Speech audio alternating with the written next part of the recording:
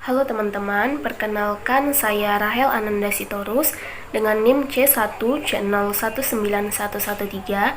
Saya dari kelas R13 Akuntansi angkatan 2019, Fakultas Ekonomi dan Bisnis Universitas Jambi.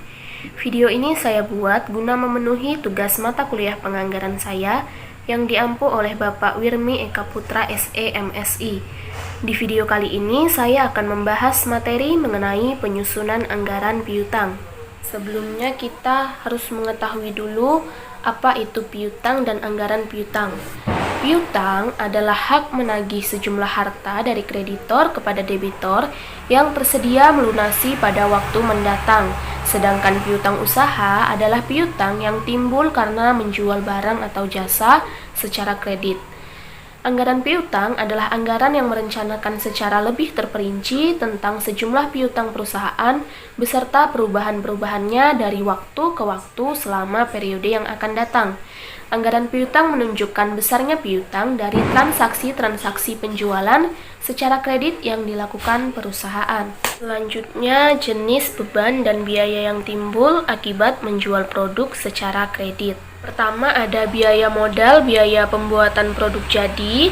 Lalu yang kedua ada biaya administrasi piutang seperti biaya penagihan, piutang, dan biaya organisasi per unit kerja yang diserahi tugas mengelola piutang. Dan yang terakhir ada biaya piutang yang mungkin tidak seluruhnya dapat ditagih karena adanya resiko debitur tidak bertanggung jawab atau melarikan diri atau bangkrut. Selanjutnya, pengaruh penjualan kredit. Pengaruh penjualan kredit ini ada 3. Yang pertama yaitu jangka waktu kredit yang diberikan. Lalu yang kedua, tingkat perputaran penagihan piutang. Dan yang terakhir, situasi usaha pada umumnya.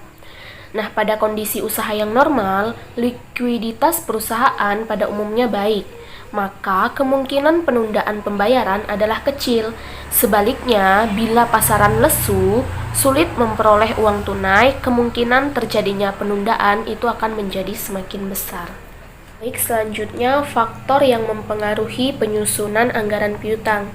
Ini ada 6 faktor. Yang pertama yaitu budget penjualan, lalu ada keadaan persaingan di pasar, yang ketiga posisi perusahaan dalam persaingan, yang keempat ada syarat pembayaran yang ditawarkan perusahaan, lalu yang kelima kebijakan perusahaan dalam penagihan piutang, dan yang terakhir yaitu rencana perusahaan untuk melakukan penjualan-penjualan secara kredit.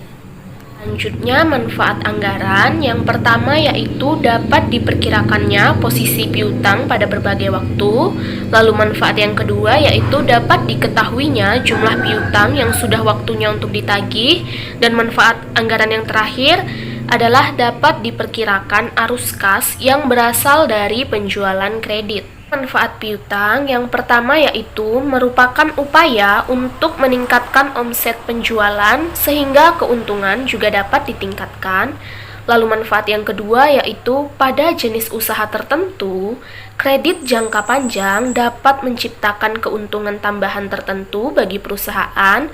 Dan manfaat yang terakhir yaitu dapat mempererat hubungan dagang antara perusahaan dengan relasinya. Selanjutnya, langkah-langkah menyusun anggaran piutang. Langkah-langkahnya yang pertama yaitu menentukan besarnya jumlah penjualan tunai dan jumlah penjualan kredit yang dihasilkan oleh suatu perusahaan dalam jangka waktu 1 bulan atau triwulan.